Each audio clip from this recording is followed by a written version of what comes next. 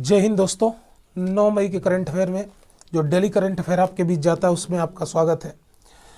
और उम्मीद है कि आपको ये सेशन जो मैं चला रहा हूँ करंट अफेयर में, ठीक है, काफ़ी पसंद आ रहा होगा। तो जब पसंद आ रहा है मित्रों, तो एक बात और किया करो, आप लोगों को भी शेयर किया करो यार, थोड़ा सा हमारा भी हौसला बनता रहेगा, ठीक है। तो चलिए स्टार्ट करते हैं। पहले हेडलाइंस को देख लेते हैं, ठीक है ना, कि आज जो टॉप 10 करंट अफेयर उसमें पढ़ना क्या है हमें। इसके बाद हम पूरे करंट जितने भी करंट अफेयर के क्वेश्चन उस पर चर्चा करेंगे। तो पहला प्रश्न है हमारा कि उत्तर प्रदेश के लखीमपुर खीरी जिले के दुधवा टाइगर नेशनल पार्क में कोरोना का कहर, ठीक है ना। दूसरा है प्रफुल्ल चंद्र पंत को राष्ट्रीय मानवाधिकार आयोग का अध्यक्ष नियुक्त किया गया। तीसरा है तमिलनाडु में सांप की नई प्रजाति जियोलोफिस दीपिकी की खोज की गई। पांचवा है गुजरात में म्यूकोमाइकोसिस का कहर। इसके बाद मुरादाबाद में मुख्यमंत्री द्वारा कोविड कंट्रोल रूम का किया गया शुभारंभ। लारियस स्पोर्ट अवार्ड 2021 में राफेल नडाल ने लारियस स्पोर्टमैन ऑफ ईयर का अवार्ड जीता। गुजरात में आयुर्वेदिक डॉक्टर्स ऑन कॉल सेवा शुरू की गई। अफगानिस्तान में स्कूल के निकट धमाके में 25 लोगों की मौत। और द बेंच पुस्तक का किया गया विमोचन। और लास्ट है 8 मई को विश्व भर में रेड क्रॉस दिवस मनाया गया। तो उम्मीद है कि ये जो एक लाइन वन लाइनर्स अभी जो चर्चा की है ये काफ़ी पसंद आया होगा। तो अब आ जाइए पूरे सेशन को, जितना भी क्वेश्चन है इसको बृहद रूप में चर्चा कर लेते हैं, ठीक है। तो क्योंकि समय है नहीं सबके पास, जल्दी सेशन खत्म करना होता है। आ जाओ, पहला प्रश्न है आपका, उत्तर प्रदेश के लखीमपुर खीरी जिले के दुधवा टाइगर नेशनल पार्क में कोरोना का कहर। ये बहुत बड़ी बात है कि अभी हाल ही में कल का परसों का करंट अफेयर था कि नेहरू जूलॉजिकल पार्क, ठीक है ना, नेहरू जूलॉजिकल पार्क, जूलॉजिकल करना, कल पार्क जो हैदराबाद में है, हैदराबाद, यहाँ पर दो एशियाई शेर हैं, ये कोरोना संक्रमित पाए गए हैं। बहुत बड़ी चीज़ है, प्रश्न करंट अफेयर में इसको कवर किया गया है कि नेहरू जूलॉजिकल पार्क हैदराबाद में दो एशियाई शेर है ना, ये संक्रमित पाए गए हैं। लेकिन अभी कल का न्यूज़ है कि उत्तर प्रदेश में लखीमपुर खीरी में, ठीक है ना, तो यहाँ पर जो दुधवा टाइगर नेशनल पार्क है यहाँ पर शेर कोरोना संक्रमित नहीं पाए गए हैं। यहाँ के जो 3 वार्डन हैं जो कि देख रेख करते हैं और 24 कर्मचारी, ठीक है ना, कर्मचारी, ये लोग कोरोना संक्रमित पाए गए हैं। तो याद रखिएगा कि मतलब लखीमपुर खीरी में जो दुधवा टाइगर नेशनल पार्क है वहाँ पे अगर देखा जाए तो शेर या कोई जंतु कोरोना पॉजिटिव नहीं है। यहाँ पर 3 वार्डन और 24 कर्मचारी कोरोना पॉजिटिव हैं। लेकिन अभी हाल ही में हैदराबाद के नेहरू जूलॉजिकल पार्क में 2 एशियाई शेर कोरोना पॉजिटिव पाए गए थे। अब हम थोड़ी सी और बात कर लेते हैं कि अब जब हम उत्तर प्रदेश में लखीमपुर खीरी की बात कर लें तो ये तो पूरे लखीमपुर खीरी की बाल की खाल निकाल ले रहे हैं, ठीक है ना। अब देखो कितना मजा आएगा लाल लालियों, ध्यान से। तो पहला तो ये क्वेश्चन बन जाएगा कि उत्तर प्रदेश का क्षेत्रफल में, ठीक है ना, क्षेत्रफल में सबसे बड़ा राज्य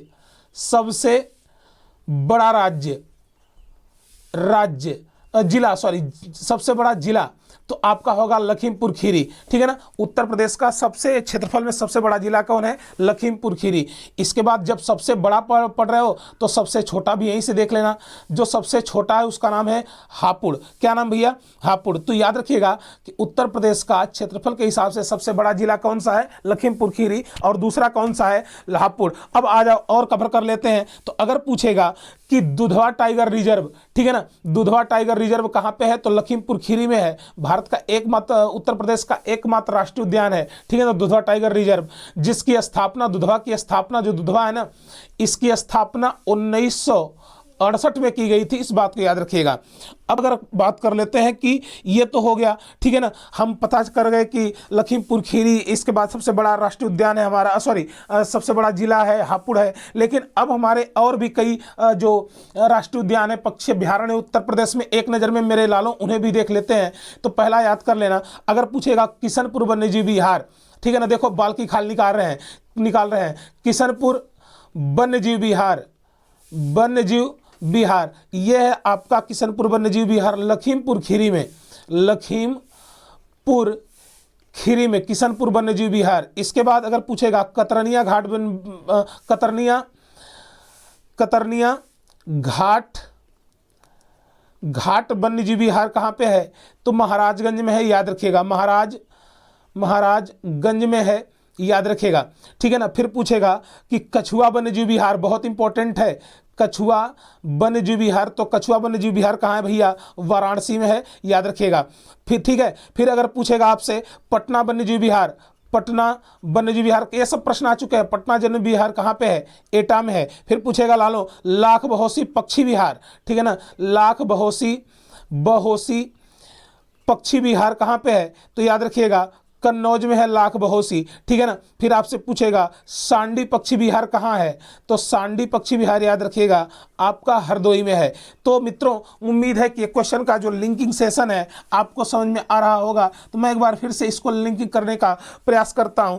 तो मैंने उत्तर प्रदेश में लखीमपुर खीरी जिले में दुधवा टाइगर रिजर्व में अगर बात करें तो हमने देखा कि कोरोना का कहर है, वहां पर 24 कर्मचारी और 3 जो वार्डन है देख रेख करने वाले वो कोरोना संक्रमित पाए गए हैं। लेकिन अभी हाल ही में नेहरू जूलॉजिकल पार्क हैदराबाद में 2 एशियाई जो शेर थे, ठीक है ना, ये कोरोना संक्रमित पाए गए हैं। और मैंने कहा कि उत्तर प्रदेश का सबसे अधिक क्षेत्रफल वाला जो जिला है लखीमपुर खीरी है। फिर पूछेगा सबसे कम क्षेत्रफल वाला जिला हापुड़ है। इसके बाद मैंने कहा कि किशनपुर वन्यजीव विहार, लखीमपुर खीरी, कतरनिया घाट, महाराजगंज, कछुआ वन्यजीव विहार, वाराणसी, पटना, एटा। फिर पूछेगा लाख बहोसी पक्षी विहार, ये आपका कन्नौज में, सांडी पक्षी विहार हरदोई में। अब यहाँ पर एशियाई जब बब्बर शेरों की बात कर रहे हो तो याद रखना एशियाई बब्बर शेरों के लिए जाना कौन जाता है, कौन सा राष्ट्रीय उद्यान, गिर राष्ट्रीय उद्यान। और गिर राष्ट्रीय उद्यान कहाँ पे है, गुजरात में। तो गुजरात का जब टॉपिक आएगा तो इसको कवर किया जाएगा, ठीक है। आगे चलते हैं, अगला क्वेश्चन देखते हैं क्या कहता है। अगला क्वेश्चन है प्रफुल्ल चंद्र पंत को राष्ट्रीय मानवाधिकार आयोग का कार्यकारी अध्यक्ष नियुक्त किया गया। बहुत जबरदस्त प्रश्न है, ठीक है ना, बहुत जबरदस्त प्रश्न है कि प्रफुल्ल चंद्र जो हाल ही में बड़े चर्चा में है, इन्हें राष्ट्रीय मानवाधिकार आयोग का कार्यकारी अध्यक्ष नियुक्त किया गया है। तो अब अगर कोई पूछेगा कि राष्ट्रीय मानवाधिकार आयोग का अध्यक्ष कौन है, प्रफुल्ल चंद्र पंत, इससे पहले कौन थे, एच.एल. दत्तू, ये भी रिटायर्ड जस्टिस हैं, ठीक है ना, ये भी रिटायर्ड जस्टिस हैं हाई कोर्ट के, ठीक है। और जो एच.एल. दत्तू थे, एच.एल. दत्तू, ठीक है ना, यह भी आपके इससे पहले राष्ट्रीय मानवाधिकार आयोग के अध्यक्ष थे। तो अब पहले हम बात कर लेते हैं कि जो राष्ट्रीय मानवाधिकार आयोग है, ठीक है ना, इसकी स्थापना कब की गई। तो अगर पूछेगा राष्ट्रीय मानवाधिकार आयोग की स्थापना 12 अक्टूबर 1993 में, ठीक है ना। और अगर पूछेगा कि राष्ट्रीय मानवाधिकार का मुख्यालय कहाँ है, तो यह मुंबई में है। मुख्यालय कहाँ है भैया, मुंबई में, याद रखिएगा, ठीक है ना। इसका मुख्यालय मुंबई में, मुख्यालय आपका दिल्ली में है इसका, ठीक है ना। अगर पूछेगा राष्ट्रीय मानवाधिकार आयोग का जो स्थापना कब किया गया, 12 अक्टूबर 1993, ठीक है ना। लेकिन अगर पूछेगा इसका मुख्यालय कहाँ है, दिल्ली में। और इसके जो नए कार्यकारी अध्यक्ष नियुक्त किए प्रफुल्ल चंद्र पंत। अब देखो, अब यहाँ पर एक और चीज पूछेगा, अगर पूछेगा राष्ट्रीय मानवाधिकार संयुक्त राष्ट्र मानवाधिकार आयोग का मुख्यालय, तो यह है आपका जिनेवा में, ठीक है ना। देखो, एक होता है राष्ट्रीय मानवाधिकार आयोग, एक होता है संयुक्त राष्ट्र मानवाधिकार आयोग। और यही जो संयुक्त राष्ट्र या विश्व मानवाधिकार आयोग, मानवाधिकार आयोग कब मनाया जाता है, तो 10 दिसंबर को मनाया जाता है संयुक्त राष्ट्र मानवाधिकार आयोग या दिवस, या विश्व मानवाधिकार दिवस मनाया जाता है 10 दिसंबर को, ठीक है। तो अगर बात करेंगे तो यहां से बहुत प्यारा प्रश्न आपका निकल के चला आएगा, ठीक है ना। तो अब देखना, प्रफुल्ल चंद्र पंत को राष्ट्रीय मानवाधिकार आयोग का कार्यकारी अध्यक्ष नियुक्त किया गया है। तो ये अगर राष्ट्रीय मानवाधिकार आयोग के अध्यक्ष राष्ट्रीय मानवाधिकार आयोग है क्या, तो 12 अक्टूबर 1993 को इसकी स्थापना की गई थी। इसका मुख्यालय दिल्ली में है। संयुक्त राष्ट्र मानवाधिकार आयोग का मुख्यालय कहाँ पे भैया, जिनेवा में है। फिर अगर पूछेगा कि विश्व मानवाधिकार आयोग जो दिवस मनाया जाता है वो कब मनाया जाता है, तो 10 दिसंबर को मनाया जाता है। इस बात को याद रखिएगा।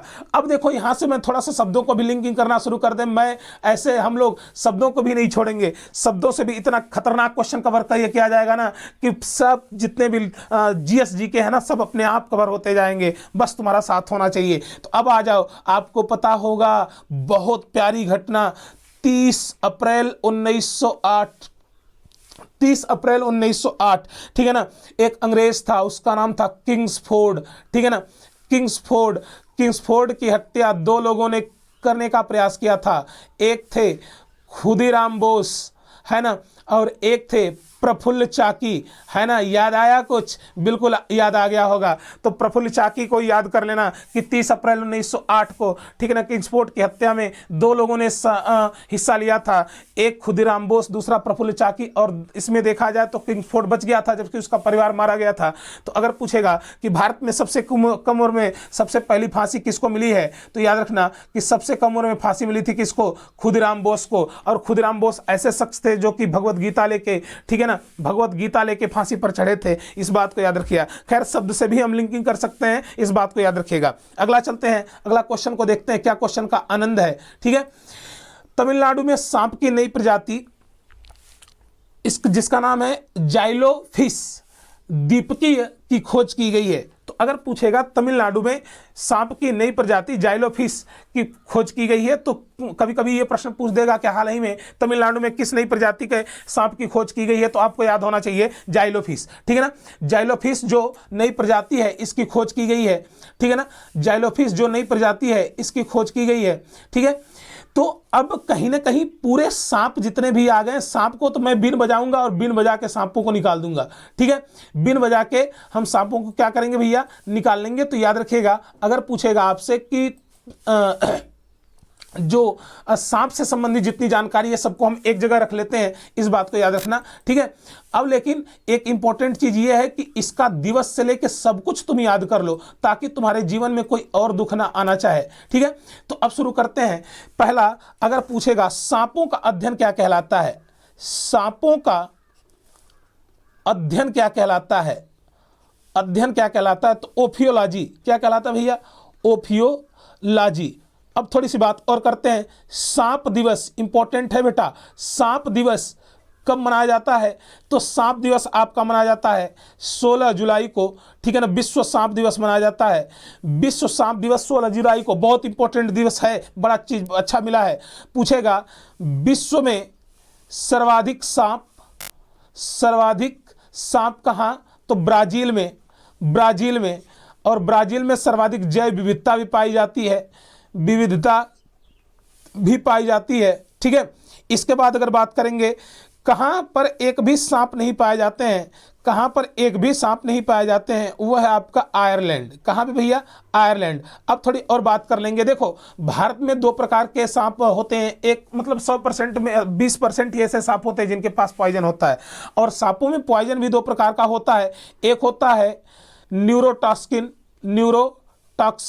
ठीक है ना, और एक होता है हीमोटॉक्सिन, ठीक है।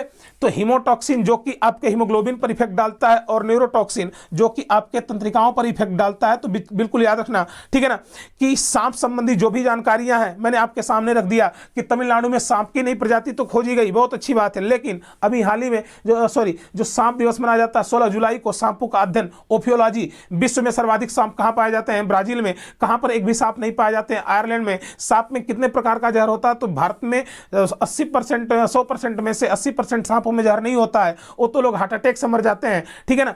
लेकिन 20% में सांप में जहर पाया जाता है। लेकिन भारत में सांप में दो प्रकार के जहर होते हैं, एक होता है न्यूरोटॉक्सिन, एक होता है हीमोटॉक्सिन। अब यहां पर थोड़ी सी और बात कर लेते हैं तमिलनाडु की। अगर बात करेंगे क्योंकि तमिलनाडु को कल हम कवर किए थे लेकिन बहुत चीज छोड़ दिए थे, तो पहला याद रखना बेटा, यहां से प्रश्न क्या बन सकता है, ठीक है ना, इसके राष्ट्रीय उद्यान। तो यहां पर एक बहुत अच्छा राष्ट्रीय उद्यान है जिसका नाम है मृदुमलाई, है ना। मृदुमलाई राष्ट्रीय उद्यान कहां पे है? तो याद रखिएगा नेशनल पार्क कहां पे है? तो तमिलनाडु में मृदुमलाई नेशनल पार्क। फिर आपसे प्रश्न पूछ लेगा कि इंदिरा गांधी नेशनल पार्क कहां पे है, ठीक है ना।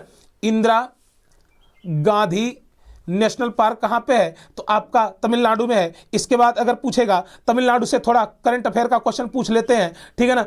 स्मार्ट ब्लैक बोर्ड योजना लागू करने वाला पहला राज्य कौन सा भैया? ठीक है ना। स्मार्ट, बहुत चीज कवर कर रहे हैं, ध्यान से सुनो। स्मार्ट ब्लैक बोर्ड योजना लागू करने वाला पहला राज्य, स्मार्ट ब्लैक बोर्ड योजना लागू करने वाला पहला राज्य कौन से है, ठीक है ना, यानी कि किस राज्य में स्मार्ट ब्लैक बोर्ड योजना चलाई गई है, घर पर बैठे लोगों को पढ़ाए जाने का प्रक्रिया, ठीक है ना, तो तमिलनाडु में। और आपको पता होगा भारत में पहला मवेशी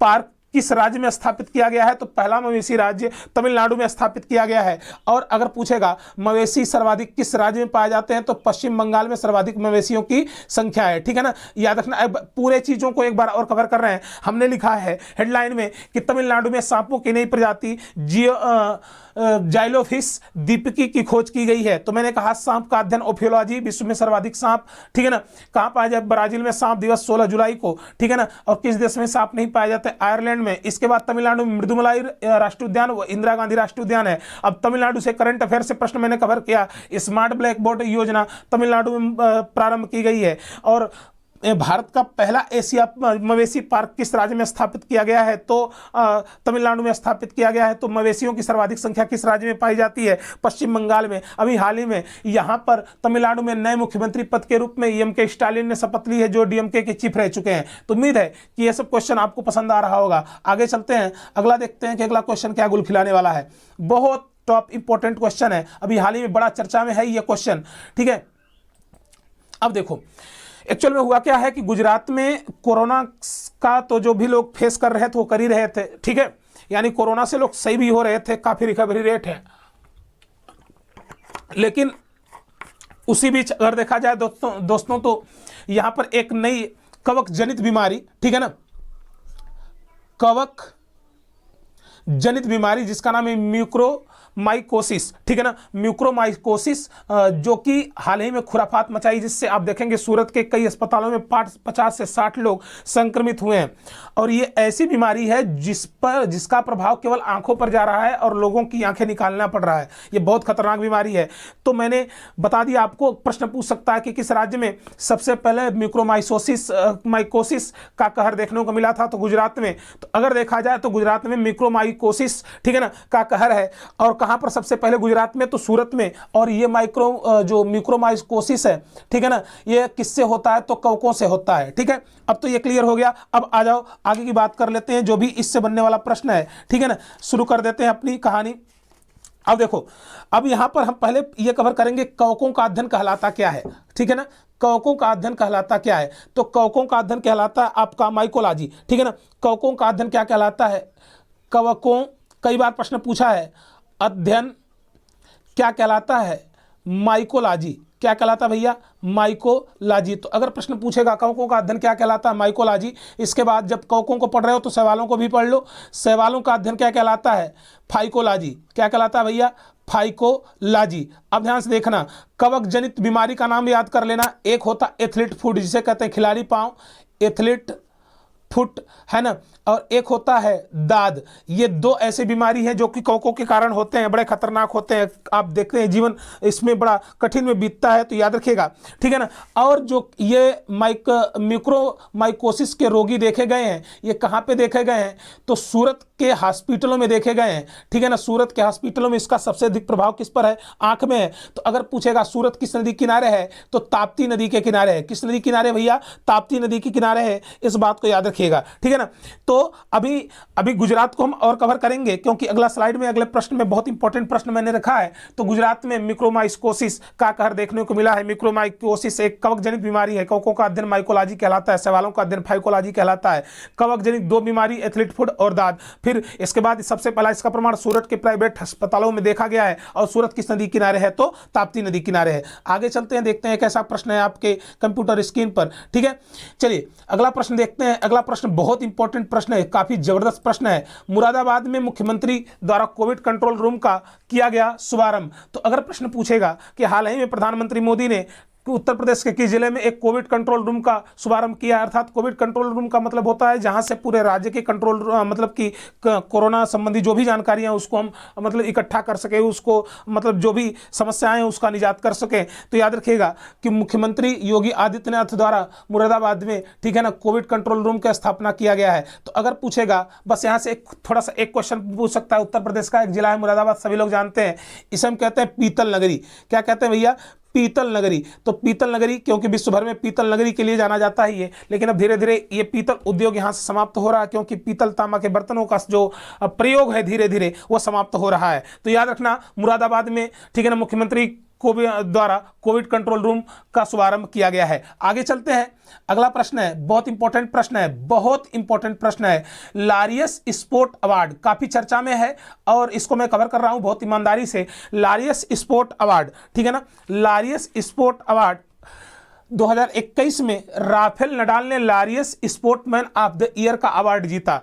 अभी हाल ही में 6 मई को, ठीक है ना, स्पेन में मतलब कि ऑन स्क्रीनिंग, क्योंकि कोरोना महामारी के चलते कोई एक दूसरे जगह इकट्ठा हो नहीं रहा है, तो लारियस स्पोर्ट अवार्ड का शुभारंभ किया गया है। तो अब थोड़ी सी बात कर लेते हैं जो लारियस स्पोर्ट अवार्ड है, ठीक है ना, ये विभिन्न खेलों में जो भी उत्कृष्ट कार्य करने वाले हैं उनको दिया जाता है लारियस स्पोर्ट अवार्ड, ठीक है ना।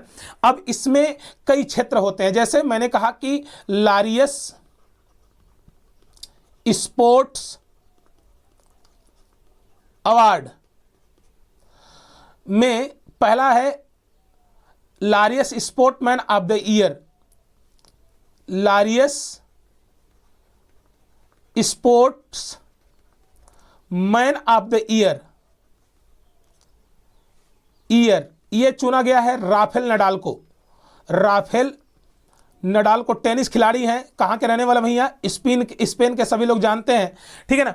अब देखो लारियस स्पोर्ट अवार्ड 2021 का आयोजन किया गया है, जिसमें स्पोर्टमैन ऑफ द ईयर किसे दिया गया है, तो याद रखिएगा स्पोर्टमैन ऑफ द ईयर चुना गया राफेल नडाल को। ये किसके खिलाड़ी हैं, टेनिस के खिलाड़ी हैं। अब यहां पर एक और प्रश्न बन सकता है कि ये तो पता चल गया हमें कि लारियस स्पोर्ट अवार्ड 2021 का आयोजन किया जाता है, लेकिन ये कब से किया जाता है, तो आपको पता होगा विभिन्न क्षेत्रों में खेलों के उत्कृष्ट योगदान के लिए लारियस स्पोर्ट अवार्ड का आयोजन 1990 से किया जाता है। 1990 में भारत में नोबेल पुरस्कार 2 लोगों को दिया गया था, एक बी आर अम्बेडकर साहब और दूसरा नेल्सन मंडेला साहब को दिया गया था। तो यह भी बातों को याद करते रहिएगा, हम बाल की खाल निकाल देंगे और जीके का कितना भी खतरनाक प्रश्न तुम्हारे झोले में आके अपने आप गिरेगा, डरेगा तुमसे, वो अपने आप दिमाग में बैठ जाएगा, बस तुम हमारा साथ देते रहो। तो लारियस स्पोर्ट अवार्ड 2021 में राफेल नडाल ने लारियस स्पोर्टमैन ऑफ द ईयर का अवार्ड जीता। राफेल नडाल से किस खेल से संबंधित है, तो टेनिस, और किस देश के भैया, तो याद रखना स्पेन के। अगला प्रश्न देख लेते हैं, अगला जो अवार्ड मिला है इसी क्षेत्र में,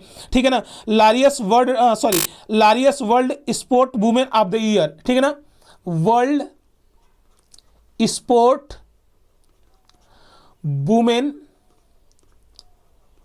ऑफ द ईयर, ठीक है ना। देखो ये Laureus sport man of the year, women of the year, जो वुमेन ऑफ द ईयर है वो है नाओमी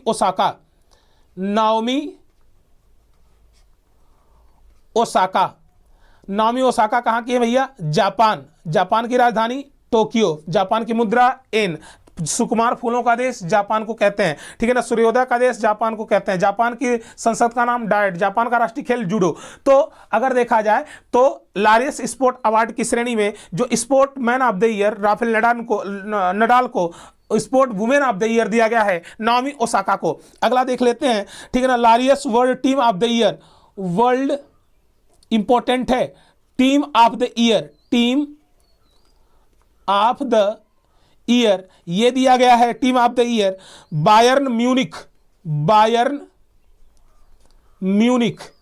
ठीक है ना, बायर्न म्यूनिख को टीम ऑफ द ईयर दिया गया है। ये जर्मनी की एक क्लब है, जर्मनी का एक फुटबॉल क्लब है, ठीक है ना, फुटबॉल क्लब है जिसे दिया गया है आपका टीम ऑफ द ईयर का पुरस्कार, ठीक है। आगे देख लेते हैं क्या है, लारियस लाइफ टाइम अचीवमेंट अवार्ड, ठीक है ना, लाइफ टाइम अचीवमेंट अवार्ड ये दिया गया है किसे, तो ये दिया गया है बिली जिन किंग, ठीक है ना, बिली जिन किंग को दिया गया है, इस बात को याद रखिएगा। अगला पूछेगा Laureus world comeback of year, comeback of year ये दिया गया है मैक्स पैरेट को, ठीक है। अब यहां पर एक और चीज है, इस लारियस स्पोर्टिंग प्रेरणा, यहां पर लिख देते हैं उसको, लारियस स्पोर्टिंग प्रेरणा पुरस्कार किसे मिला है? तो ये मिला है मोहम्मद सलाह को, ठीक है ना। ये मिस्र के हैं, मोहम्मद सलाह को, ठीक है ना, इस बात को याद रखेगा। अब हम शुरू करते हैं। लारियस स्पोर्ट अवार्ड 2021 का आयोजन स्पेन में किया गया है, ठीक है ना, और यहां पर एक आभासी रूप से लोगों को पुरस्कार दिया गया है। 2021 में लारियस स्पोर्ट अवार्ड विभिन्न क्षेत्रों के उत्कृष्ट खिलाड़ियों को 1990 से दिया जाता है, ठीक है ना, 20 साल हो गए लगभग। अब देखो यहां पर किसको किसको दिया गया, तो लारियस स्पोर्ट अवार्ड की कई श्रेणियां हैं, तो इसमें लारियस स्पोर्टमैन ऑफ द ईयर दिया गया राफेल नडाल को, इसके बाद world women of the year दिया गया नाओमी ओसाका को, world team of the year दिया गया बायर्न म्यूनिक को, लाइफ टाइम अचीवमेंट अवार्ड दिया गया बिली जीन किंग को, ठीक है ना, इसके बाद कमबैक ऑफ ईयर दिया गया मैक्स पैरेट को, और लारियस स्पोर्टिंग प्रेरणा, ठीक है ना, जो पुरस्कार मिला है वो मिला है मोहम्मद सलाह को, ठीक है ना। तो उम्मीद है कि प्रश्न क्लियर हो गया होगा। आगे देखते हैं कैसा प्रश्न है, कैसा हमारा प्रश्न इंतजार कर रहा है। बहुत जबरदस्त प्रश्न है बेटा, याद रखना, बहुत जबरदस्त प्रश्न है। गुजरात में आयुर्वेदिक डॉक्टर्स ऑन कॉल सेवा शुरू की गई है, बहुत इंपॉर्टेंट है। जैसे कि कल अब मैंने आपको पिछले वीडियो में कवर किया था कि हरियाणा में, ठीक है ना, हरियाणा में फ्री में सलाह देने के लिए हरियाणा के स्वास्थ्य मंत्री अनिल विज ने आयुर्वेदिक टेलीमेडिसिन सुविधा की शुरू की है, ठीक है ना। तो उसी तरह गुजरात में जो आयुर्वेदिक टीम है, मतलब आयुर्वेदिक इकाई है गुजरात की, ठीक है, तो वहां पर उन्होंने एक सेवा शुरू की है गुजरात की, जिन्होंने मतलब कि जिसमें 170 डॉक्टरों की टीम गठित की गई है। और 170 जो डॉक्टर है ना, ये लोगों को मतलब लोग जब कॉल करेंगे तो इनको फ्री में आयुर्वेदिक इलाज के लिए, मतलब जो भी इलाज के लिए एक तरीका बताएंगे कि आप कोविड-19 में कौन से आयुर्वेदिकों का सेवन कर सकते हैं। तो यही प्रश्न दिया है कि गुजरात में आयुर्वेदिक डॉक्टर ऑन कॉल, यानी कि आयुर्वेदिक जो भी डॉक्टर हैं 170 टीम गठित की गई है। तो आप जब फोन करेंगे तो आपको मुफ्त में परामर्श देंगे ये लोग, ठीक है ना। तो ये जो योजना की गई गुजरात की आयुर्वेदिक व्यासपीठ की इकाई द्वारा किया गया है, ठीक है ना। तो अब ये बात याद रखना, अभी टेलीमेडिसिन योजना, ठीक है ना, अभी मैं ऊपर लिख देता हूं, जैसे मैंने लिखा टेलीमेडिसिन आयुर्वेदिक टेलीमेडिसिन, ये कहां पे शुरू किया गया है? हरियाणा में।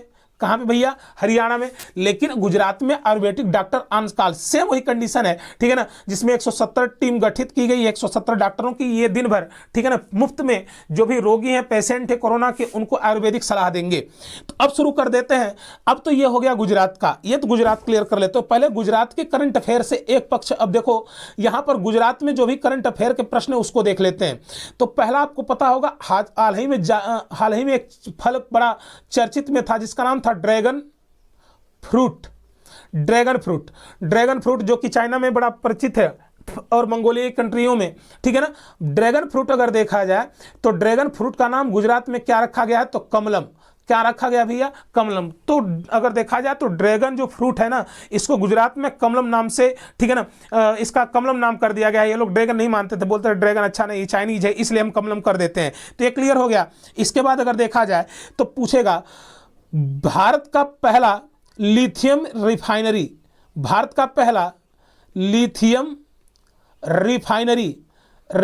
कहां पे खोला गया है? Lithium refinery. बहुत इंपॉर्टेंट प्रश्न है, क्वेश्चन के दिलों में छेद करने वाला है। लिथियम रिफाइनरी ये कहां पे है भैया? गुजरात में। ड्रैगन फ्रूट को कमलम कहने वाला भी कौन है? गुजरात। अगला पूछेगा भारत का सबसे बड़ा मल्टी मॉडल लॉजिस्टिक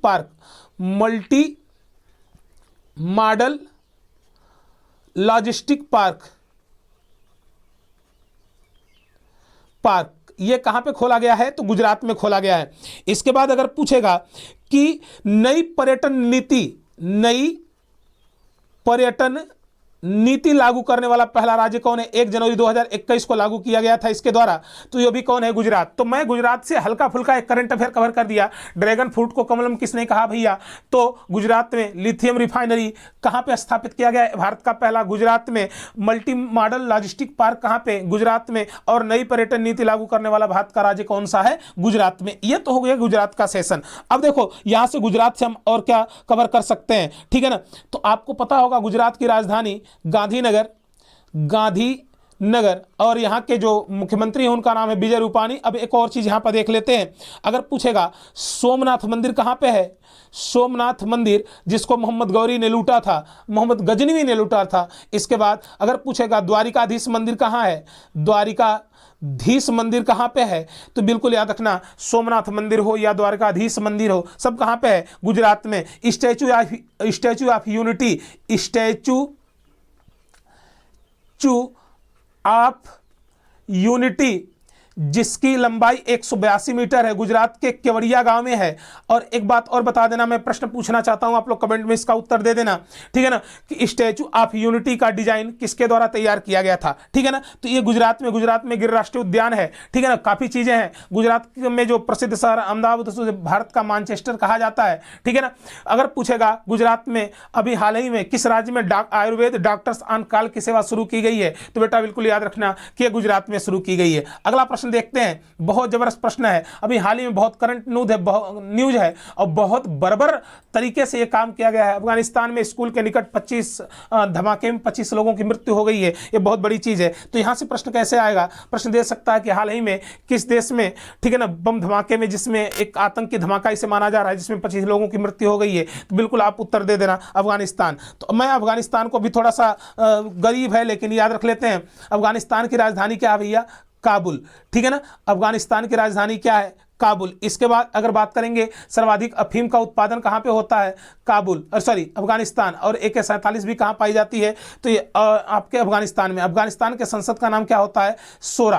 क्या होता है भैया, शोरा। एक बात याद रखना, यही अफगानिस्तान है, आज देख लो किस तरह बर्बाद हो गया अफगानिस्तान, जो कि गजनी भी अफगानिस्तान, गौरी भी अफगानिस्तान, सब लोग अफगानिस्तान से आए और हमें लूट लूट के गए, इतना संपत्ति लूट के गए कि अगर ईमानदारी से ये लोग लूटे होते तो जाहिर सी बात है कि आज विश्व का सबसे धनी आदमी में लिख के कह सकता हूं अफगानिस्तान होता। लेकिन इतने से ही अंदाजा लगा लो कि भारत पर जिसने अवैध रूप से कब्जा किया, आज वहां पर धूल उड़ती है अफगानिस्तान में, अफगानिस्तान पर वहां पर दूसरे देशों का राज है, वहां पर अमेरिकी सैनिक राज करती है। ये बहुत बड़ी बात है। देख लो कंडीशन आज कितना गरीब हो चुका है, यहां पर बस अफीम की खेती होती है और कोई कंडीशन नहीं है यहां पे, ठीक है ना। लेकिन खैर वो बात की बात है। अफगानिस्तान में हमने कहा कि स्कूल के निकट बम धमाका हुआ जिसमें 25 लोग और मारे गए हैं, 52 लोग घायल हुए हैं। तो अगर पूछेगा अफगानिस्तान की राजधानी काबुल, ठीक है ना। अफगानिस्तान के संसद का नाम शोरा। सर्वाधिक अफीम का उत्पादन करने वाला देश कौन सा है, तो अफगानिस्तान। अगला प्रश्न देखते हैं, हाल ही में द बेंच पुस्तक का विमोचन किया गया। द बेंच पुस्तक बहुत इंपॉर्टेंट है, द बेंच बड़े चर्चा में है ये। तो पहले तो द बेंच को देख लेते हैं। द बेंच, इसका उद्घाटन किया गया। तो पहले यह देखेंगे कि द बेंच किसकी रचना है। तो बेटा याद रखना कि द बेंच के लेखक हैं मेघन मार्कले, मेघन मार्कले, ठीक है ना। तो प्रश्न पूछ सकता है द बेंच किसकी पुस्तक है जो हाल ही में लॉन्च की गई है, या अभी तो पेपर कोई होने वाला नहीं है तो पूछ देगा कि द बेंच किसके द्वारा लिखी गई है, तो मेघन मार्कले के द्वारा लिखी गई है। इस बात को याद रखना। हाल ही में एक और नई पुस्तक करंट अफेयर के चर्चा में है, उसका नाम है another dozen story, another dozen story. इसके जो लेखक हैं सत्यजीत रे, लेकिन हाल ही में इसका प्रकाशन हुआ है। सत्यजीत रे ये फिल्मकार है, बिल्कुल याद रखिएगा। अनदर डजन स्टोरी ये बड़ी चर्चा में है। अब तो ये दो चीजें हो गए, लेकिन मेरे दिमाग में और भी खुराफात घूम रहे हैं। और क्या क्या खुराफात है मैं शुरू कर रहा हूं। अभी हाल ही में हामिद अंसारी जो कि भारत के उपराष्ट्रपति रह चुके हैं, उनकी पुस्तक आई थी by many a happy accident, by many a happy accident dent. इसके लेखक कौन है, हामिद अंसारी। बड़ा बवाल हुआ था इस पर इनके द्वारा, ठीक है ना। इसके बाद the presidential year, the presidential year Pranab Mukherjee को की लिखी गई पुस्तक है, प्रणब मुखर्जी, ठीक है। अब ध्यान से देखना। इसके बाद अगर पूछेगा dreams for my father, dreams my father Barack Obama है ना। और अगर देखा जाए अगला पुस्तक है ज्योति पुंज और एग्जाम वॉरियर्स, इसको जानबूझ के मैंने रखा है, ठीक है ना। ज्योति पुंज एग्जाम वॉरियर्स, एग्जाम वॉरियर्स, ये हैं आपके मोदी जी, ठीक है ना, जो मोदी जो द्वारा लिखी गई है। तो मैंने कहा द बेंच पुस्तक का विमोचन किया गया हाल ही में, किसके द्वारा किया गया, लिखी गई है मेघना मार्कल के द्वारा, ठीक है ना। एक और पुस्तक का हाल ही में विमोचन किया गया, अनदर डजन स्टोरी सत्यजीत रे बाई मैनी हैप्पी एक्सीडेंट, जो अभी हाल ही में चर्चा में थी, Hamid Ansari, the presidential year, Pranab Mukherjee, dreams from my father, Barack Obama, ठीक है जन, ज्योति पुंज और एग्जाम वॉरियर्स, प्रधानमंत्री मोदी। अभी करंट अफेयर का इसको कवर किया जाएगा, ठीक है ना। प्रधानमंत्री मोदी ने यूरोपीय संघ के जो भी अध्यक्ष थे, उनका जो मीटिंग हो रहा था, जो भी सम्मेलन हो रहा था, उसमें ऑनलाइन दिल्ली से ही सम्मेलन में हिस्सा लिया और इन्होंने कोरोना पर महामारी से निपटने का प्रयास के विषय में बात किया, ठीक है ना। खैर ये कल क्वेश्चन चर्चा किया जाएगा, लेकिन अगला प्रश्न देखते हैं, लास्ट प्रश्न देख लेते हैं। 8 मई को विश्व भर में रेड क्रॉस दिवस मनाया गया है। बहुत इंपॉर्टेंट दिवस है, बहुत इंपॉर्टेंट। मुझे नहीं लगता कि इससे ज्यादा आज के प्रश्नों में कोई चर्चा में रहा होगा। तो 8 मई को विश्व भर में रेड क्रॉस दिवस मनाया गया। तो अब पहली बात तो याद रखना है यहां से कि 8 मई को कौन सा दिवस मनाया जाता है, तो रेड क्रॉस दिवस। कौन सा दिवस भैया, रेड क्रॉस दिवस मनाया जाता है। तो जो रेड क्रॉस दिवस मनाया गया, इसकी थीम क्या है, थीम भी तो होगी, बिल्कुल सर। थीम जो है इस वर्ष की 2021 की जो थीम है वह है अजय हैं हम अजय हैं, हम अजय हैं। तो बिल्कुल याद रखिएगा 8 मई 2021 को का जो रेड क्रॉस दिवस मनाया गया विश्व भर में, उसका थीम है हम अजय हैं। इसी 8 मई को एक और दिवस मनाया जाता है 8 मई को, उसका नाम है कि विश्व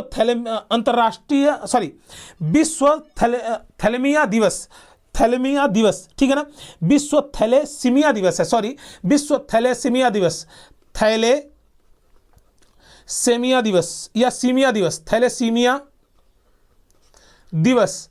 थैलेसीमिया दिवस कब मनाई जाती है, कब मनाया जाता है, तो 8 मई को। तो 8 मई को 2 दिवस मनाए जाते हैं, रेड क्रॉस दिवस जिसका थीम है हम अजय हैं, ठीक है ना, और थैलेमिया दिवस भी कब मनाया जाता है, 8 मई को। अब थोड़ी बात कर लेते हैं कि जब हम रेड क्रॉस की बात कर रहे हैं तो ठीक है, याद रखना, तो रेड क्रॉस का मुख्यालय कहाँ है भैया, जेनेवा। कहाँ पे है, जेनेवा, ठीक है ना, याद रखना। अगर पूछेगा रेड क्रॉस का मुख्यालय कहां पे है, जेनेवा, इस बात को याद रखिएगा। इसके बाद अगर पूछेगा विश्व स्वास्थ्य संगठन का मुख्यालय भी कहां है, WHO का मुख्यालय भी कहां है, जेनेवा में। इसके बाद विश्व श्रम संगठन यानी कि ILO का मुख्यालय भी कहां है, अंतर्राष्ट्रीय श्रम संगठन का मुख्यालय भी कहां है, जेनेवा में, इस बात को याद रखिएगा। इसके बाद संयुक्त राष्ट्र मानवाधिकार आयोग का मुख्यालय भी कहां है, UNHRC, ठीक है ना, इसका भी मुख्यालय कहाँ है, जिनेवा में। तो मैंने कहा रेड क्रॉस का मुख्यालय जिनेवा, WHO का मुख्यालय जिनेवा, ILO का मुख्यालय जिनेवा, UNHRC का मुख्यालय कहाँ है, जिनेवा, इस बात को याद रखिएगा। अगला प्रश्न देख लेते हैं कि जो रेड क्रॉस है इसकी स्थापना कौन किया है, रेड क्रॉस की स्थापना। तो रेड क्रॉस की स्थापना किया है हेनरी ड्यूनार्ट ने, हेनरी ड्यूनार्ट ने, जिन्हें 1901 में शांति के क्षेत्र में, ठीक है ना, पहला नोबेल दिया गया था, नोबेल पुरस्कार दिया गया था, यह भी बात याद रखिएगा। तो उन्हीं के संदर्भ में 8 मई को रेड क्रॉस दिवस मनाया जाता है, ठीक है ना। और रेड क्रॉस का मतलब होता है जो डॉक्टरी पर प्लस देखे हो ना, वही है रेड क्रॉस, और कोई मतलब है नहीं, ठीक है ना। तो अगर पूछेगा प्रथम बार जो रेड क्रॉस दिवस कब मनाया गया था, 1948 में, और आधिकारिक रूप से कब से शुरू कर दिया गया है रेगुलर मनाना, तो 1984 से आपका 8 मई को रेड क्रॉस दिवस मनाया जाता है, ठीक है ना। और मैंने कहा रेड क्रॉस की स्थापना हेनरी ड्यूनार्ट, और रेड क्रॉस का मुख्यालय कहाँ है, जिनेवा, UNHRC का मुख्यालय कहाँ है, जिनेवा, WHO का मुख्यालय कहाँ है, जिनेवा, और ILO का मुख्यालय कहाँ पे है, जिनेवा, ठीक है ना। इसके बाद मैंने कहा कि रेड क्रॉस दिवस की जो थीम है 2021 की, हम अजय हैं, और थैलेसीमिया दिवस भी कब मनाया जाता है, तो 8 मई को ही मनाया जाता है। इसके बाद हेनरी ड्यूनार्ट को शांति के क्षेत्र में पहला नोबेल दिया गया था 1901 में, याद रखिएगा। तो मुझे उम्मीद है कि ये सेशन आपको पसंद आया होगा, एकदम आग लगाते तरीके से आपके सामने मैंने प्रस्तुत कर दिया। अब आपकी जरूरत है हमें, ठीक है ना, लोगों तक शेयर करते रहो, थोड़ा एक बार पढ़ने वाले जरूर इसे पढ़ेंगे। तो आज के लिए इतना ही। जय हिंद, जय भारत।